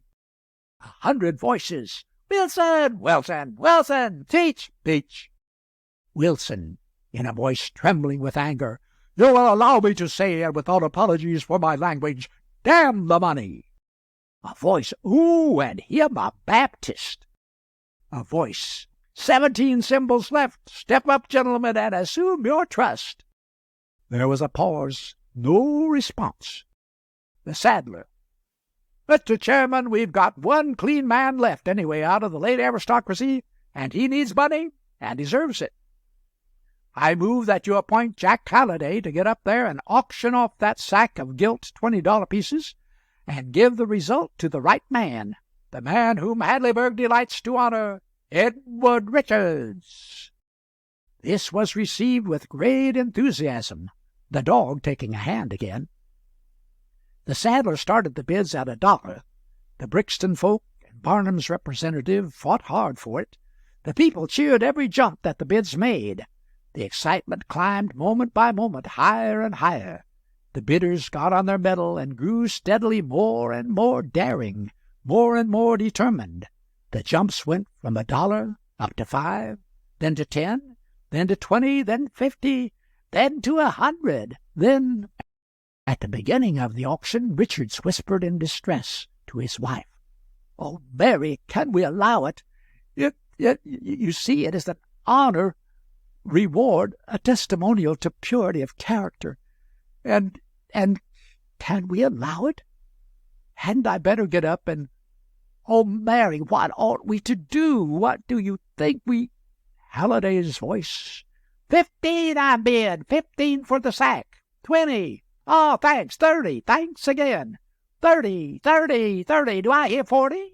40 it is. Keep the ball rolling, gentlemen. Keep it rolling. 50. Thanks, noble Roman. Going at 50. 70. 90. Splendid. 100. Pile it up. 120. 40. Just in time. 150. 200. Superb. Do I hear Thanks. 250. It is another temptation, Edward. I'm all in a tremble. But oh, we've escaped one temptation, and that ought to warn us too. 6. Did I hear? Thanks. 650. 700. And yet, Edward, when you think nobody $800. Hurrah! Make it 9. Mr. Parsons, did I hear you say, thanks, 9? This noble sack of virgin lead going at only $900, gilding and all. Come, do I hear? 1,000, gratefully yours. Did someone say 11? A sack which is going to be the most celebrated in the whole unit. Oh, Edward, beginning to sob. We are so poor. But do as you think best. Do as you think best. Edward fell. That is, he sat still. Sat with a conscience which was not satisfied, but which was overpowered by circumstances. Meantime, a stranger, who looked like an amateur detective gotten up as an impossible English earl, had been watching the evening's proceedings with manifest interest, and with a contented expression in his face, and he had been privately commenting to himself. He was now soliloquizing somewhat like this: "None of the 18 are bidding. That is not satisfactory. I must change that. The dramatic unities require it. They must buy the sack they tried to steal. They must pay a heavy price, too. Some of them are rich. And another thing, when I make a mistake in Hadleyburg nature, the man that puts that error upon me is entitled to a high honorarium, and someone must pay.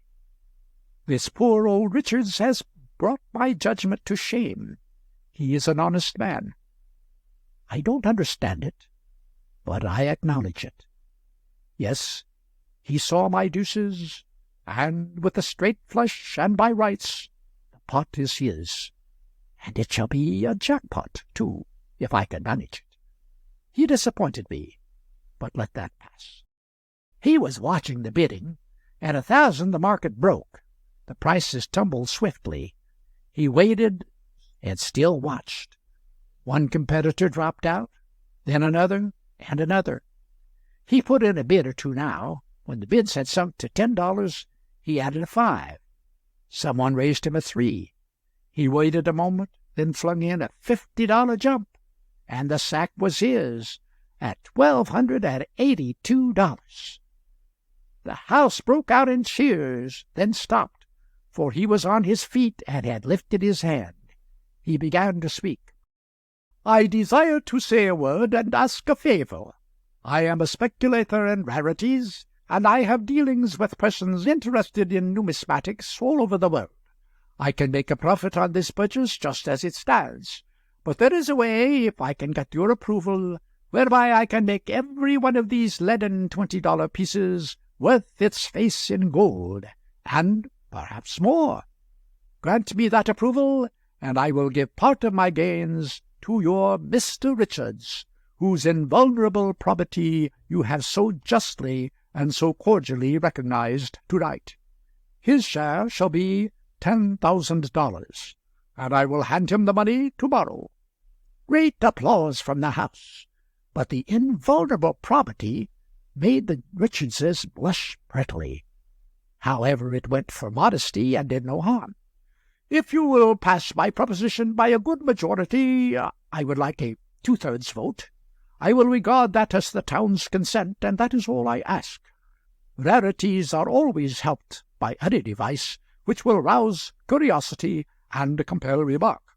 Now, if I may have your permission to stamp upon the faces of each of these ostensible coins the names of the 18 gentlemen who—" 9/10 of the audience were on their feet in a moment, dog and all, and the proposition was carried with a whirlwind of approving applause and laughter. They sat down, and all the Symbols, except Dr. Clay Harkness, got up, violently protesting against the proposed outrage, and threatening to— "I beg you not to threaten me," said the stranger calmly. "I know my legal rights, and am not accustomed to being frightened at bluster." Applause. He sat down. Dr. Harkness saw an opportunity here. He was one of the 2 very rich men of the place, and Pinkerton was the other. Harkness was proprietor of a mint, that is to say, a popular patent medicine. He was running for the legislature on one ticket, and Pinkerton on the other. It was a close race and a hot one, and getting hotter every day. Both had strong appetites for money. Each had bought a great tract of land with a purpose. There was going to be a new railway, and each wanted to be in the legislature and help locate the route to his own advantage. A single vote might make the decision, and with it 2 or 3 fortunes. The stake was large, and Harkness was a daring speculator. He was sitting close to the stranger. He leaned over while one or another of the other Symbols was entertaining the house with protests and appeals, and asked in a whisper, "What is your price for the sack?" $40,000. "I'll give you 20. "No." 25. "No." "Say 30. The price is $40,000, not a penny less." "All right, I'll give it. I'll come to the hotel at 10 in the morning. I don't want it known. We'll see you privately." "Very good." Then the stranger got up and said to the house, "I find it late. The speeches of these gentlemen are not without merit, not without interest, not without grace. Yet, if I may be excused, I will take my leave. I thank you for the great favor which you have shown me in granting my petition. I ask the chair to keep the sack for me until tomorrow, and to hand these 3 $500 notes to Mr. Richards." They were passed up to the chair.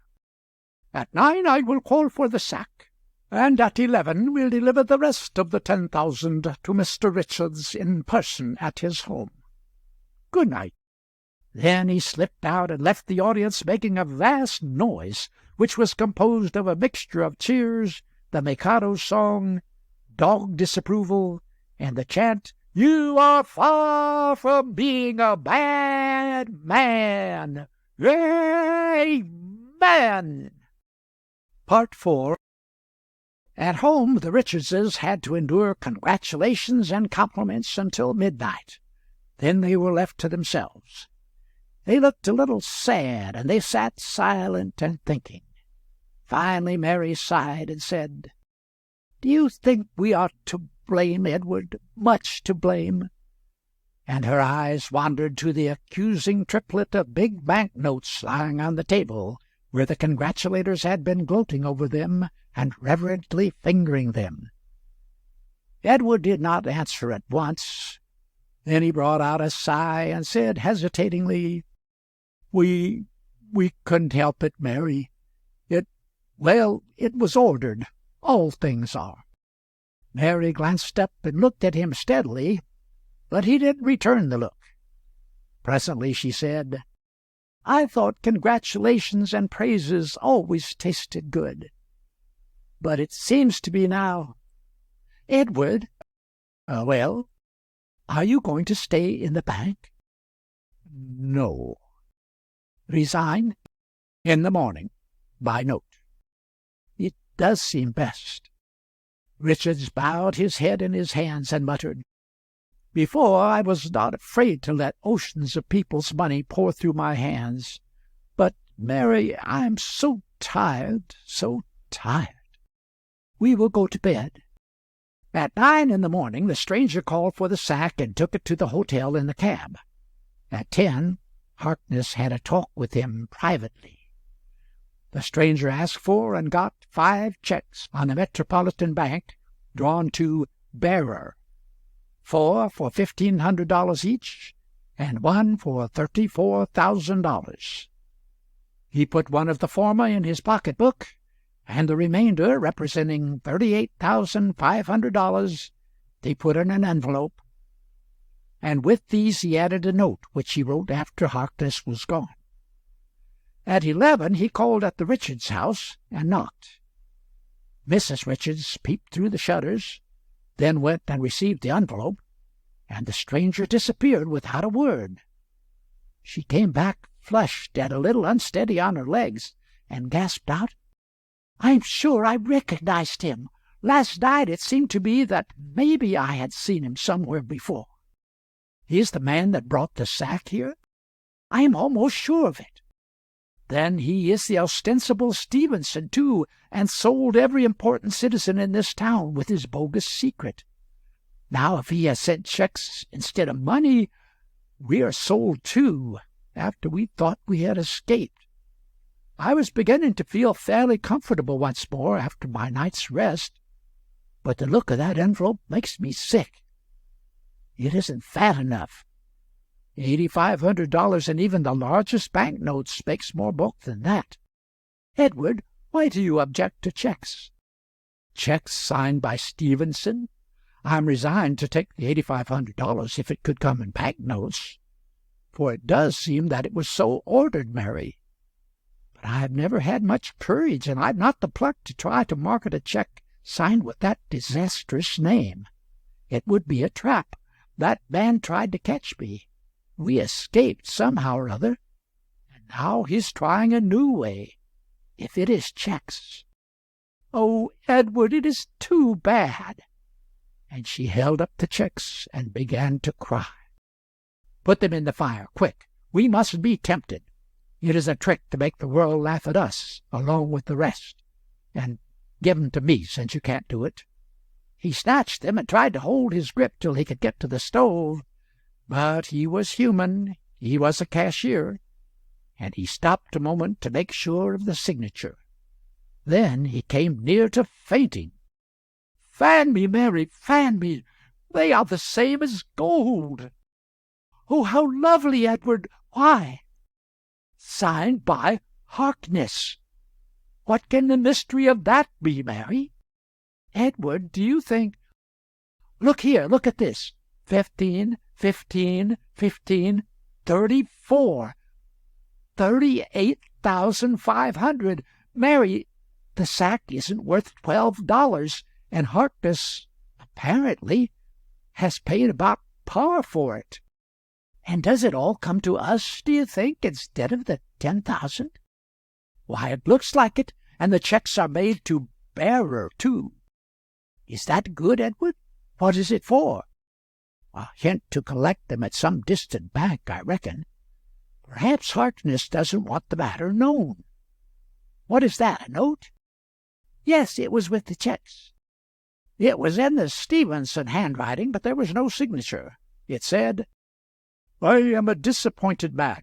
Your honesty is beyond the reach of temptation. I had a different idea about it, but I wronged you in that, and I beg pardon, and do it sincerely. I honor you, and that is sincere too. This town is not worthy to kiss the hem of your garment. Dear sir, I made a square bet with myself that there were 19 debauchable men in your self-righteous community. I have lost.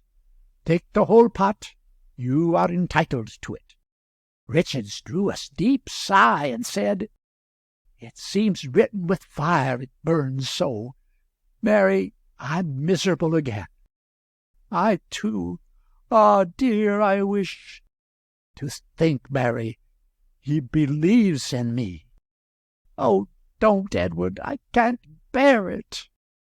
If those beautiful words were deserved, Mary, and God knows I believed I deserved them once, I think I could give the $40,000 for them, and I would put that paper away as representing more than gold and jewels, and keep it always.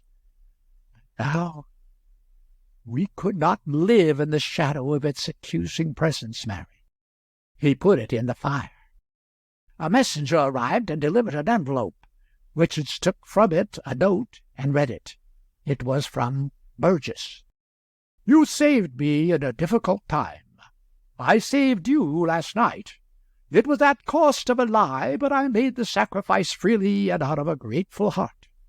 None in this village knows so well as I know how brave and good and noble you are. At bottom you cannot respect me, knowing as you do of that matter of which I am accused, and by the general voice condemned.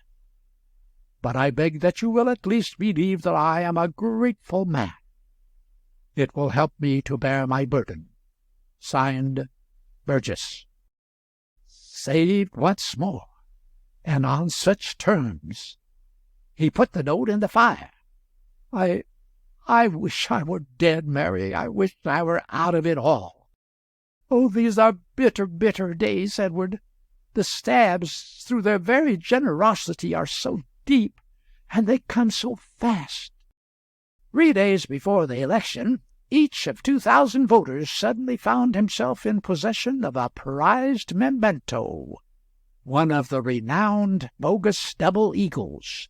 Around one of its faces was stamped these words: "The remark I made to the poor stranger was—" Around the other face was stamped these: "Go and reform.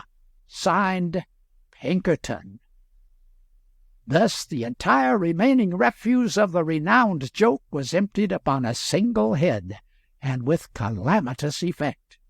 It revived the recent vast laugh, and concentrated it upon Pinkerton, and Harkness's election was a walkover. Within 24 hours after the Richardses had received their checks, their consciences were quieting down, discouraged. The old couple were learning to reconcile themselves to the sin which they had committed. But they were to learn now that a sin takes on new and real terrors when there seems a chance that it is going to be found out. This gives it a fresh and most substantial and important aspect. At church, the morning sermon was of the usual pattern. It was the same old thing said in the same old way. They had heard them 1,000 times and found them innocuous, next to meaningless, and easy to sleep under. But now it was different. The sermon seemed to bristle with accusations. It seemed aimed straight and specially at people who were concealing deadly sins. After church, they got away from the mob of congratulators as soon as they could and hurried homeward, chilled to the bone at they did not know what, vague, shadowy, indefinite fears. And by chance they caught a glimpse of Mr. Burgess as he turned a corner. He paid no attention to their nod of recognition. He hadn't seen it, but they did not know that. What could this conduct mean? It might mean, oh, a dozen dreadful things. Was it possible that he knew that Richards could have cleared him of guilt in that bygone time, and had been silently waiting for a chance to even up accounts? At home, in their distress, they got to imagining that their servant might have been in the next room listening when Richards revealed the secret to his wife that he knew of Burgess's innocence. Next, Richards began to imagine that he had heard the swish of a gown in there at that time. Next, he was sure he had heard it. They would call Sarah in on a pretext and watch her face.